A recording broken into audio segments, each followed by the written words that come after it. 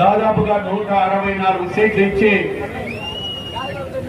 కేవలం 11 సీట్లకు మాత్రమే పరిమితం చేయడం జరిగింది. అందులో భాగంగా మనం అయితే సూపర్ 6 పథకాలలో మొదటి అయినటువంటిది పెన్షన్లను వృద్ధులకు 3,000 నుంచి 4,000 పెంచాము. వికలాంగులకు 4,000 నుంచి 6,000 పెంచాము. అదేవిధంగా మంచానికే పరిమితమైన వికలాంగులకు 5,000 నుండి 10,000 పెంచడం జరిగింది.